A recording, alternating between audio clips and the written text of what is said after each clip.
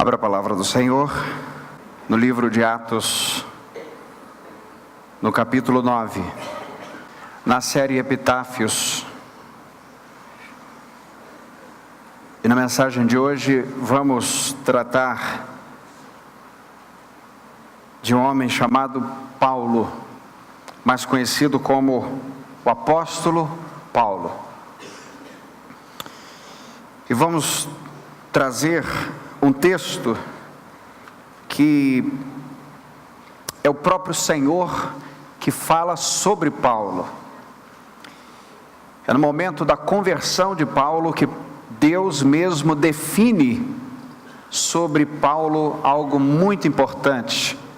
Eu quero ler com vocês o que está em Atos capítulo 9, no verso 15. Apenas esta parte grifada, que diz: Ele é para mim um instrumento escolhido. O apóstolo Paulo é certamente uma das figuras mais conhecidas da palavra de Deus. No Novo Testamento é aquele que ocupa a maior parte com seus escritos. 13 cartas o apóstolo Paulo escreveu e estão registradas no Novo Testamento. Desde a carta de Romanos até a última, não cronologicamente, mas como está posto ali nas escrituras, como está organizado, até Filemão, a sua última carta, na ordem do cânon do Novo Testamento. Porém, o que nós não podemos esquecer, queridos, é que Paulo, ou o apóstolo Paulo, não aparece logo nas escrituras dessa maneira que conhecemos. A primeira vez, o primeiro momento que Paulo é citado na palavra de Deus, é também no livro de Atos, no capítulo 7, no final do capítulo, quando Estevão está sendo apedrejado. Estevão está sendo martirizado, o primeiro mártir da igreja. E ele, depois de martirizado, o grupo que estava martirizando Estevão, o texto diz que as testemunhas puseram as roupas aos pés de um jovem chamado Saulo. Está em Atos capítulo 7, verso 58. E no capítulo seguinte, no início do capítulo 8, nós vemos Saulo comandando uma grande perseguição aos crentes. A como o texto de Lucas chama, aqueles do caminho, ou do evangelho, e os crentes estão sendo perseguidos, estão sendo arrastados, estão sendo presos. E no capítulo 8, no verso 3, o texto diz que assolando os cristãos e entrando pelas casas e arrastando-os para as prisões. É o texto que vemos da ação do então Saulo contra a igreja de Jesus. Saulo é um perseguidor feroz da igreja. Saulo é um mandante de muitos crimes contra crentes de sua época. Saulo achava que estava fazendo um grande favor para a sua religião, porque ele era fariseu de fariseus, e ele não compreendia que aqueles que seguiam a Jesus estavam seguindo ao Senhor da igreja. Para ele, a sua religião era melhor, para ele tudo que ele fazia estava certo, inclusive matar as pessoas em nome de sua fé. Aliás, Saulo tinha um binômio muito perigoso. Ele tinha inteligência e ele tinha também o poder religioso nas mãos.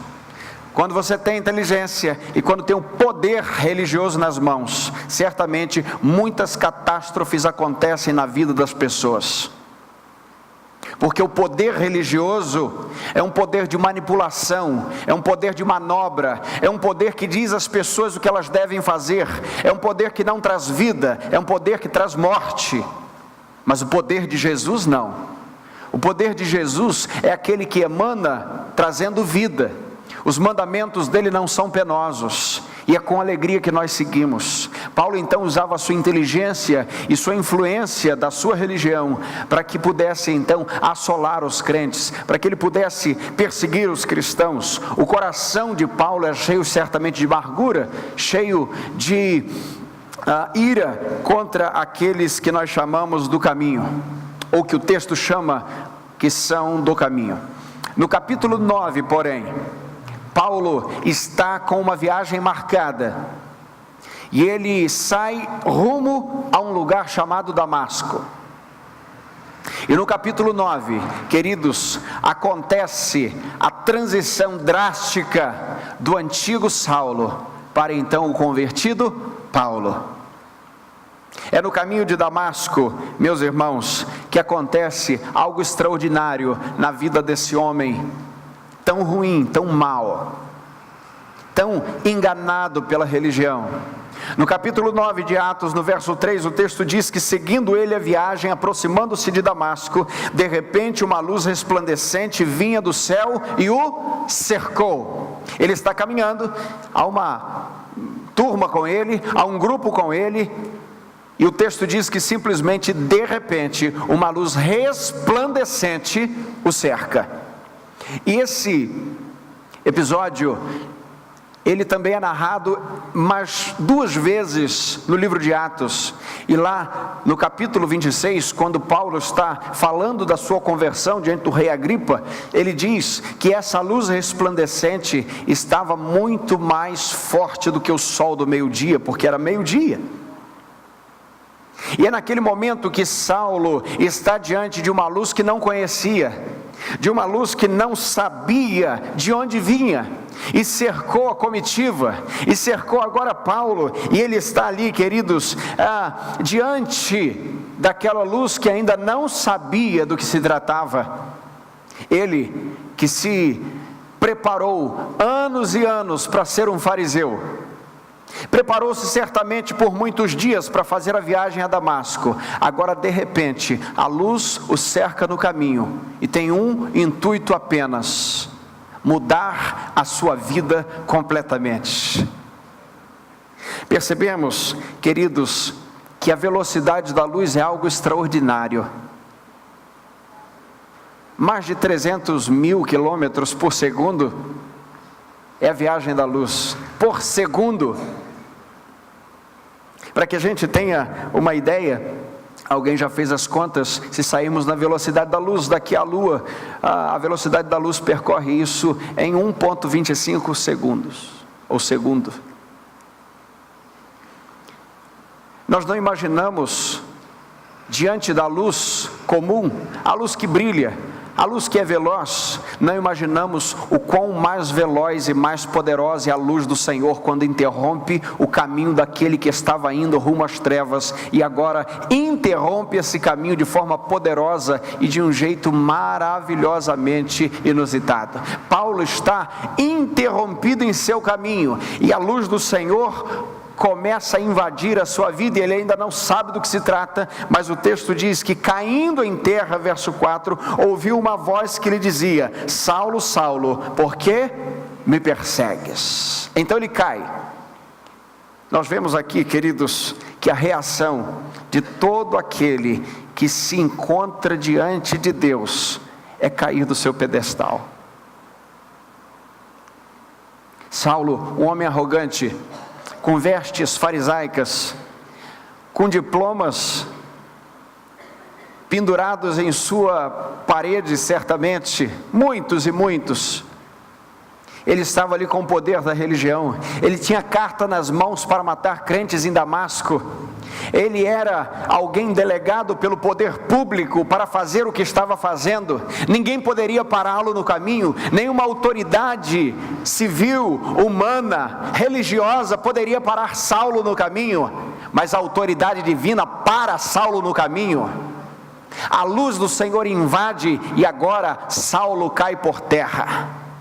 Saulo, queridos, está começando a experimentar um processo de quebrantamento em sua vida, e é nesse momento que ele ouve essa pergunta: Saulo, Saulo, por que me persegues? Essa expressão repetida de um nome sugere intimidade nas Escrituras. Por exemplo, quando Deus vai falar com Abraão, no livro de Gênesis, lá no capítulo 22, verso 11, Deus chama Abraão da seguinte maneira: Abraão, Abraão. Quando fala com Jacó, em Gênesis capítulo 46, já no final ali do livro, ele diz: Jacó, Jacó. Quando chama Samuel, lá no primeiro livro também, que leva o nome do profeta, ele diz: Samuel, Samuel. Quando ele chega em Betânia, por exemplo, e Lázaro está morto, e vem Marta apavorada, porque Jesus só chega depois de 4 dias, ela não entende porque que Jesus demorou tanto, e ele diz: Marta, Marta. Agora Jesus diz: Saulo, Saulo, estava te esperando por aqui. É claro que a frase não é essa, mas o entendimento é de intimidade. Eu tenho uma hora marcada contigo aqui nesse espaço. O teu caminho agora, da agora para frente, não será mais o mesmo. Saulo, Saulo, por que me persegues? A primeira coisa que Jesus disse para Saulo é: Saulo, quem segue os meus filhos, quem persegue a minha igreja, persegue a mim, Saulo. Quem toca nos meus filhos, toca em mim, Saulo. Você não persegue a igreja, Saulo, você persegue a mim. Por que você me persegue? Naquele momento, queridos, Deus interrompe de forma íntima aquela caminhada feroz, tanta ira no coração, tantos planos de morte. Simplesmente Saulo é interrompido, e agora estava o grande Saulo fariseu caído no chão. E eu penso, queridos, que a partir daquele momento Saulo se levantaria completamente diferente. Paulo poderia dizer: eu não me encontraria com Jesus se ele não tivesse me cercado no caminho. Só encontramos com Cristo porque Cristo cerca o nosso caminho. Ando sempre alegre, pois Cristo me salvou. A pergunta foi: Saulo, Saulo, por que você me persegue? E naquela luz, queridos, Saulo faz uma pergunta: quem és tu, Senhor? Quem és tu, Senhor? E Saulo jamais faria a pergunta: quem és tu, Senhor? Se o Senhor não se apresentasse a ele. Ele não teria interesse algum de saber quem era aquele Senhor, Senhor daquela luz. No Salmo 118, no verso 27, o texto diz assim, lê comigo: o Senhor é Deus e faz resplandecer sua luz sobre nós. É Ele que faz resplandecer a sua luz sobre nós. No Salmo 36, no verso 9, nós lemos também: pois em ti está a fonte da vida, na tua luz vemos a luz. É na tua luz que vemos a luz. Paulo, queridos, este homem que está cercado pela luz, também nos representa quando estávamos desgarrados de Jesus. Estávamos sendo antevistos também pelo profeta Isaías, no capítulo 9, no verso 22, que diz assim: o povo que andava em trevas viu uma grande luz, e resplandeceu a luz sobre os que habitavam na terra, da sombra da morte. Quem és tu, Senhor? Essa é a pergunta. Jesus então respondeu: eu sou Jesus, Saulo. Eu sou Jesus a quem você persegue. Note que nesse momento, queridos, Jesus se apresenta exatamente como é, divino como é. Ele diz: eu sou Jesus, eu sou. Por 7 vezes nós vemos Jesus usando essa expressão no Evangelho de João, dizendo: eu sou a porta, eu sou a luz do mundo, eu sou o bom pastor, eu sou a ressurreição e a vida, eu sou o caminho, a verdade e a vida. E nesta hora Jesus usa a mesma expressão: eu sou Jesus. Em João capítulo 8, verso 58, Jesus usa a mesma expressão usada no Antigo Testamento para designar a pessoa de Deus, porque era o próprio Deus falando também. O texto diz: Jesus lhes respondeu: em verdade vos digo que antes que Abraão existisse, eu sou. Vemos aqui então, que nesse momento, a partir desse momento, não há nenhuma explicação para Paulo mais. Agora, Jesus dá uma ordem no verso 6, diz assim: levanta-te e entra na cidade, e lá te será dito o que precisas fazer. Caiu no chão do caminho de Damasco um desobediente, e foi erguido um homem obediente. Caiu, queridos, no caminho de Damasco, ficou para trás um rebelde, e agora levanta-se um discípulo de Jesus. Caiu o religioso, e agora levanta-se um cristão, alguém que segue a Jesus. Caiu no chão de Damasco, queridos, o fariseu Saulo, e levantou-se ali o primeiro protótipo do apóstolo Paulo. E agora Jesus diz a ele: você vai seguir o caminho, e você vai entrar em Damasco, mas você não vai mais matar cristãos. A sua carta, esta carta que você tem no seu bolso, esta ordem que você tem expressa, você pode rasgar. Agora, Saulo, você lê na minha cartilha. Agora você vai para onde eu mando ir, e agora você vai para o mesmo lugar, mas eu vou lhe dar um outro endereço na cidade, e você vai fazer outras coisas que eu vou lhe ordenar que faça. Queridos, há tantos que querem seguir a Jesus, mas querem saber o dia de amanhã. Como é que vai ser o dia de amanhã? Jesus disse para Saulo: vai, entra na cidade, e vai ser dito a você o que você deve fazer. Assim como quando Deus disse a Abraão: sai do meio da tua parentela, sai da tua terra, para uma terra que eu lhe mostrarei.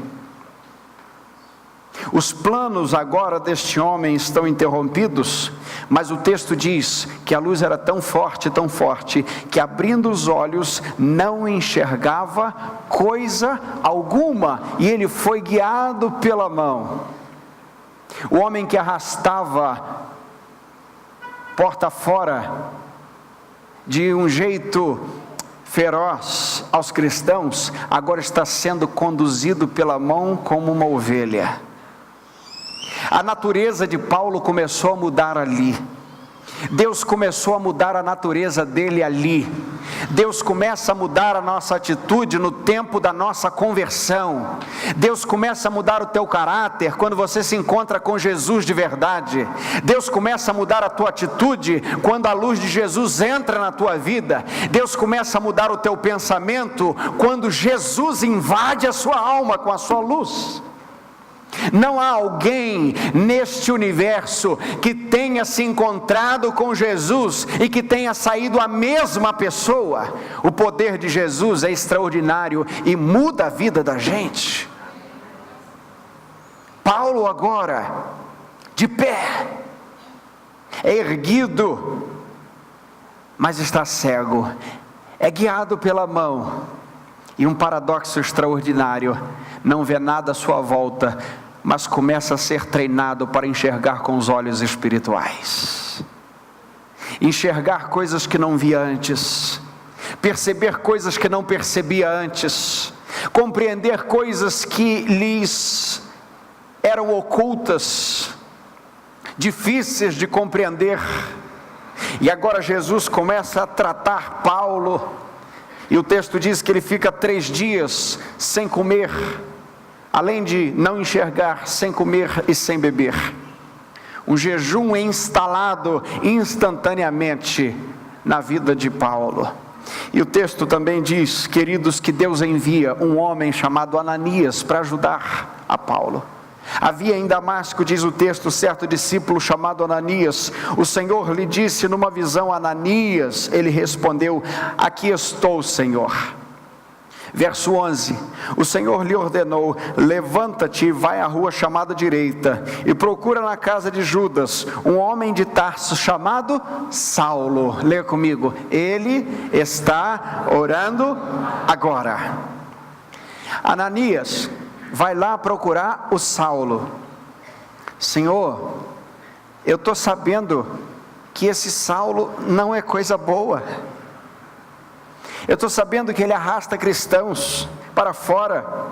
O verso 12, O texto diz que Deus explica para Ananias que Paulo, numa visão, enxergou um homem exatamente chamado Ananias para entrar, impor-lhe as mãos para que recuperasse a vista, diz o texto. E Ananias responde ao Senhor: Senhor, ouvi de muitos acerca desse homem, quantos males tem feito aos teus santos em Jerusalém, e aqui está autorizado pelos principais sacerdotes para prender todos quantos invocam o teu nome. Então Deus encurta a conversa e diz a Ananias: Ananias, vai, porque ele é para mim um instrumento escolhido para levar o meu nome perante os gentios, reis e israelitas. Eis um epitáfio extraordinário: este é para mim um instrumento escolhido. Poderia muito bem figurar, queridos, no nosso túmulo, na nossa partida, uma frase como essa: este é para mim um vaso escolhido. Que maneira extraordinária de Deus dizer sobre um assassino de crentes. Que conselho insondável é o de Deus em dizer para um santo homem chamado Ananias que aquele homem violento era, ao mesmo tempo que o Saulo violento, também o Paulo escolhido pelo Senhor. Porque Deus não respeita os nossos critérios. A Bíblia diz que Deus escolheu as coisas loucas deste mundo para confundir as sábias. A Bíblia diz que Deus escolheu as coisas pequenas deste mundo para confundir as grandes, e as que não são para confundir aquelas que são. Por isso o próprio apóstolo Paulo vai dizer: o evangelho da cruz é loucura para os homens. Loucura. Não dá para compreender os critérios de Deus, não dá para acompanhar a soberania de Deus, não dá para entender as decisões de Deus. Deus está determinado a salvar Paulo e não faria diferente. Interrompe seu caminho, torna-o cego temporariamente, abre-lhe a visão espiritual. Agora manda um desconhecido para orar por ele, e a este desconhecido ele diz: Paulo, este homem é um vaso escolhido para mim. E ele ainda diz assim: Ananias, vai lá, porque eu vou mostrar para ele o quanto lhe é necessário sofrer pelo meu nome. Ele ainda vai saber o quanto vai sofrer pelo meu nome.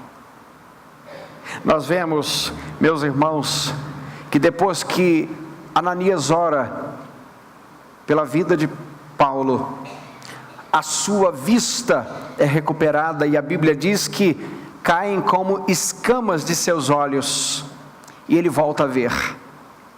Ele volta a ver, queridos. Porém, Paulo não é usado de repente. Paulo não sai da obscuridade para simplesmente começar a ser usado de uma hora para outra. Em Gálatas capítulo 1, Paulo vai dizer que não recebeu de nenhum homem, de nenhum apóstolo, o evangelho de Jesus, mas recebeu do próprio Jesus. E partiu dali, como diz ele mesmo em Gálatas capítulo 1, e passou por 3 anos antes de voltar para Jerusalém, na Arábia, nas partes desérticas.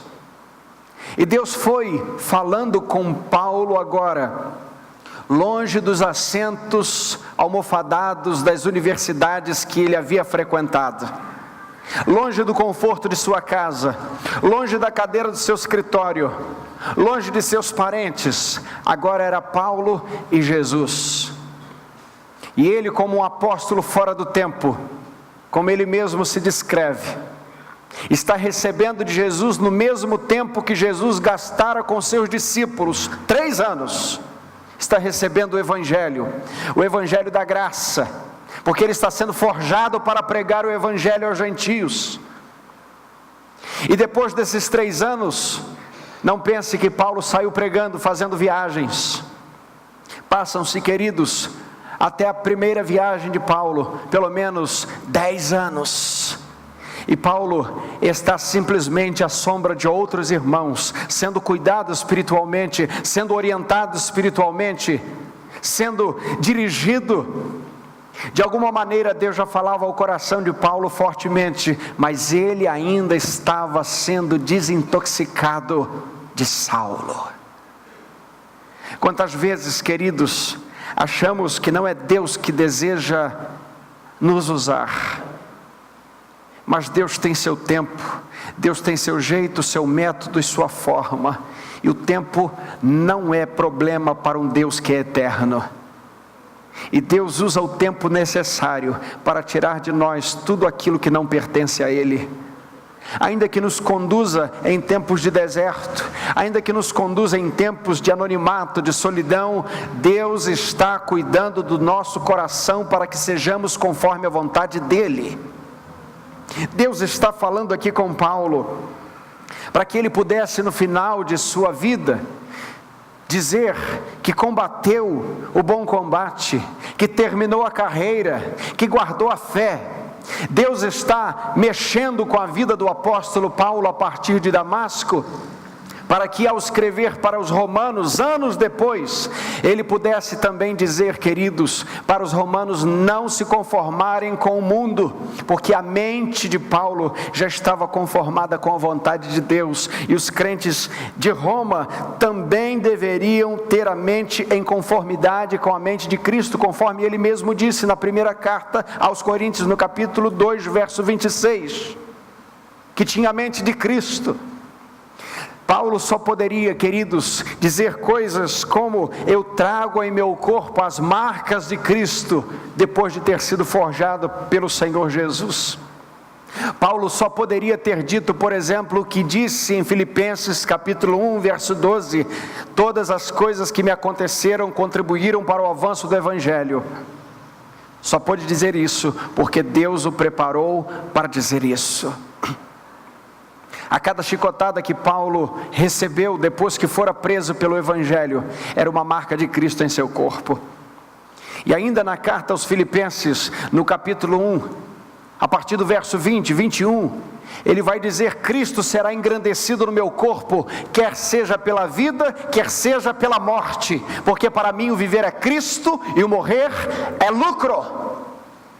Deus forjou o caráter de Paulo e deixou o antigo Saulo no caminho de Damasco.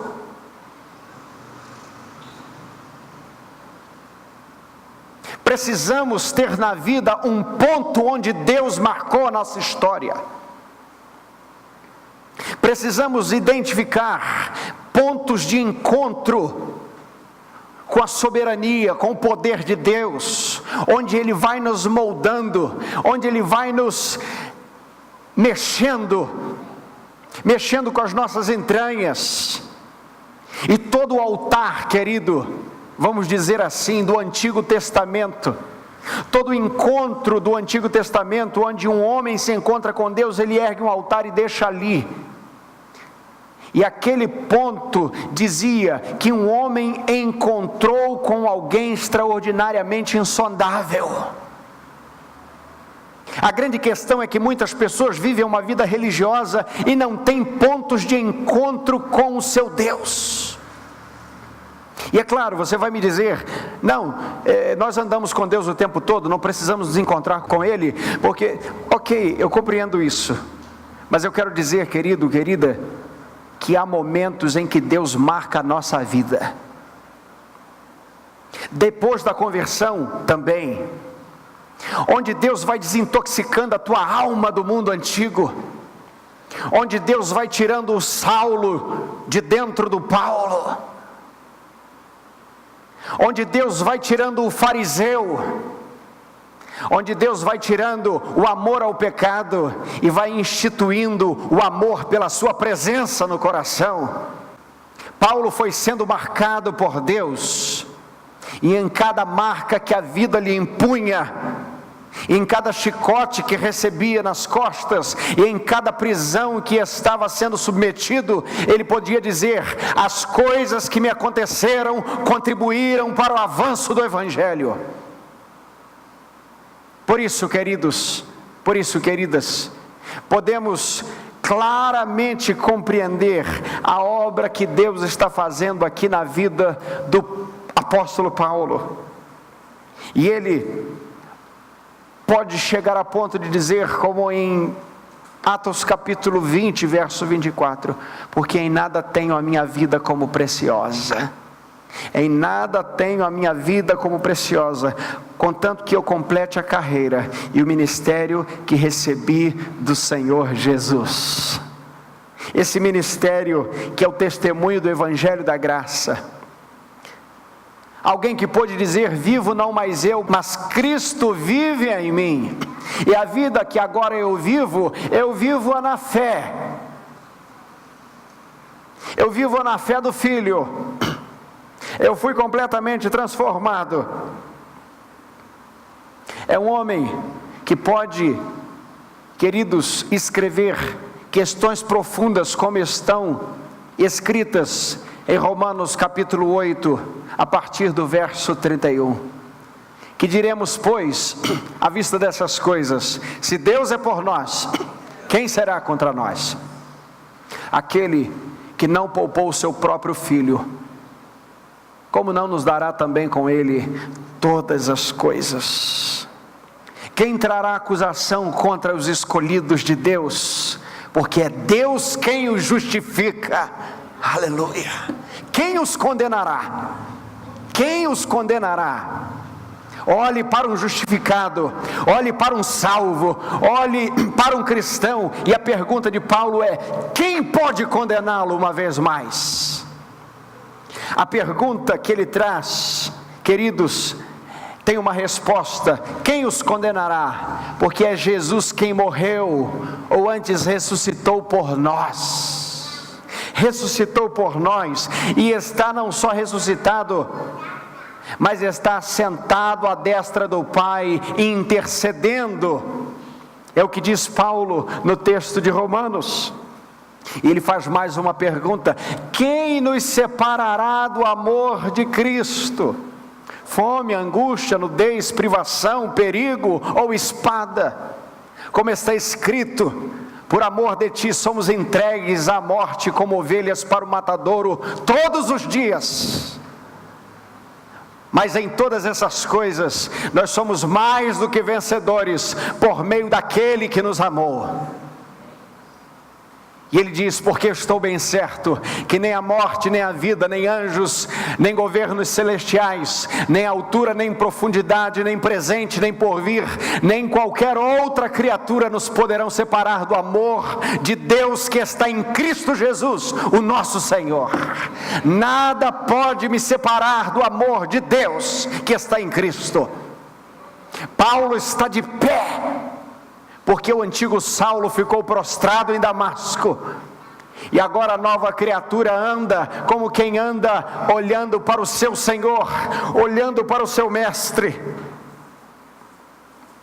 Por isso, queridos, a última carta de Paulo, a segunda carta a Timóteo. Paulo já está muito velho, a sua vida física está muito debilitada, e ele diz: quanto a mim, estou sendo derramado por libação. John Charles Ryle vai dizer que Paulo está olhando em 3 direções nesse momento. A primeira direção que Paulo olha na segunda carta a Timóteo, no capítulo 4, do verso 6 ao verso 8, é para baixo.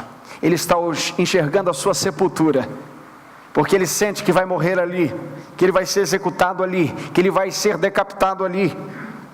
E ele diz: quanto a mim, já estou sendo derramado como oferta de libação, e o tempo da minha partida está próximo. Partida aqui tem um sentido também de um barco que é desatado do cais para ir em viagem.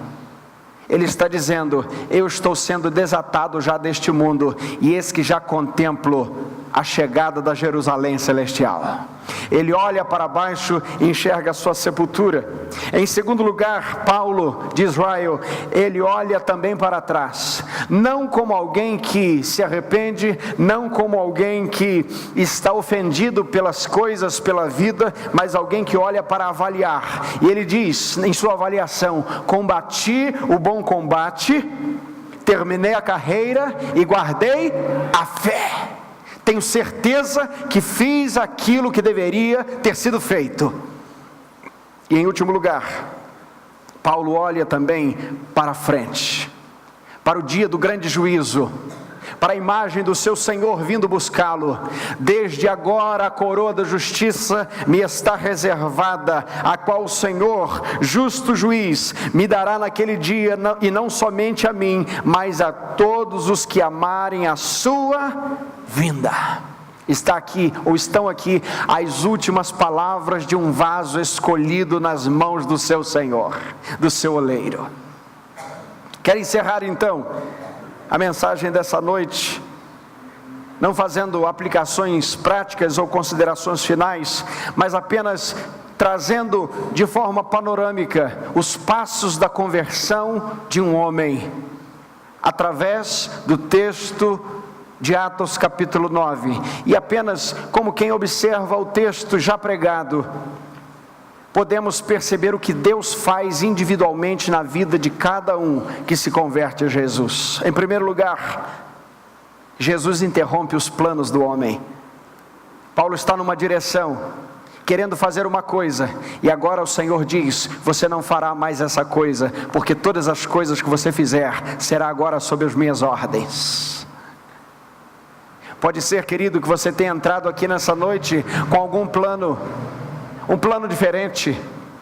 Tem gente que entra em igreja com tantos planos, quem sabe com o plano da última cartada para tentar aí arrumar a sua vida. Jesus muda o seu plano também nessa noite. Jesus é poderoso para mudar o plano, porque Ele é poderoso para salvar. Ele é poderoso, querido, querida, para desviar o caminho das trevas para o caminho da luz. Em segundo lugar, o Senhor quebranta o homem, muda os planos do homem e quebranta o homem. Paulo agora está caído, Paulo está caído, Paulo está quebrantado, Paulo está assustado, mas em terceiro lugar, Jesus levanta o homem. Depois de quebrantá-lo, Jesus levanta o homem, e Paulo se levanta. Jesus naquele momento manda que Paulo se levante, e agora ele diz: segue o seu caminho. Ato contínuo a isso, querido, o homem passa a obedecer a Deus. Paulo então vai sendo guiado pela mão, vai sendo orientado, vai sendo conduzido. Aquele que mandava na sua vida já não manda mais na sua vida. Esse é um sintoma de um convertido.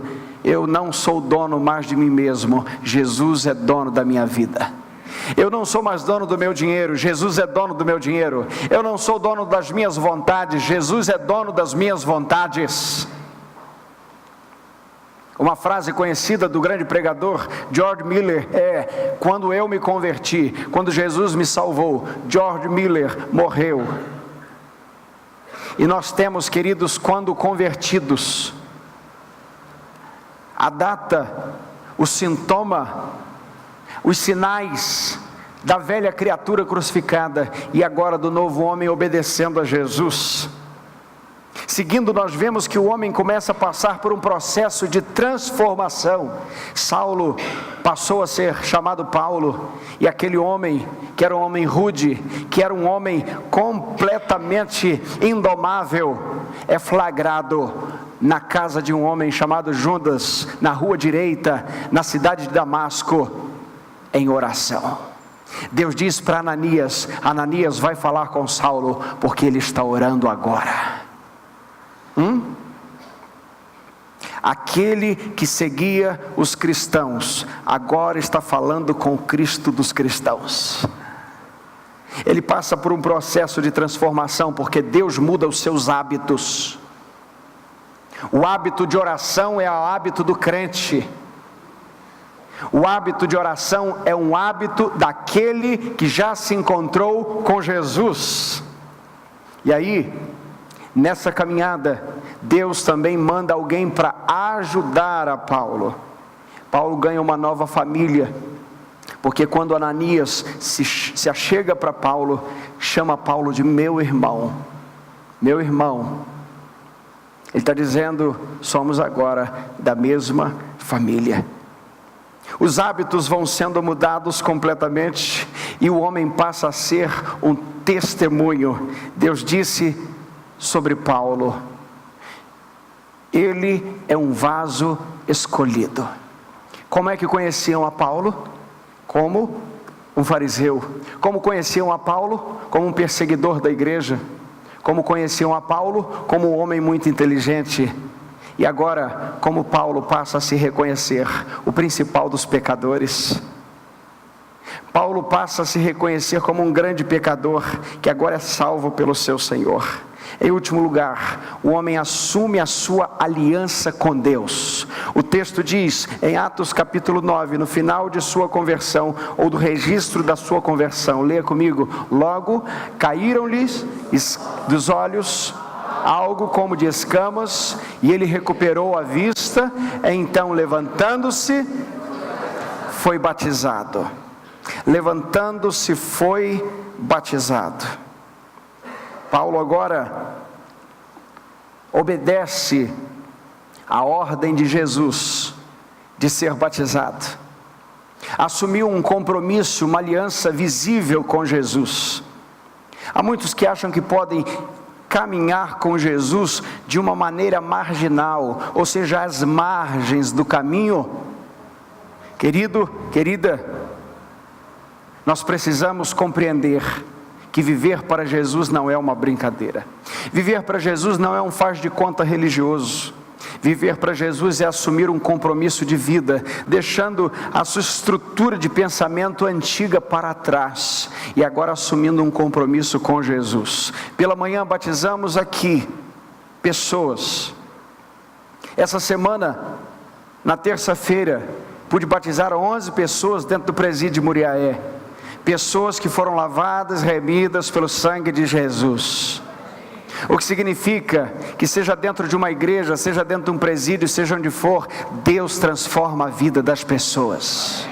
As pessoas precisam assumir o seu compromisso com Jesus, não quando acham que estão habilitadas. Precisam assumir o seu compromisso com Jesus, quando Jesus lhes der a ordem. O texto diz que ele se levantou e foi batizar.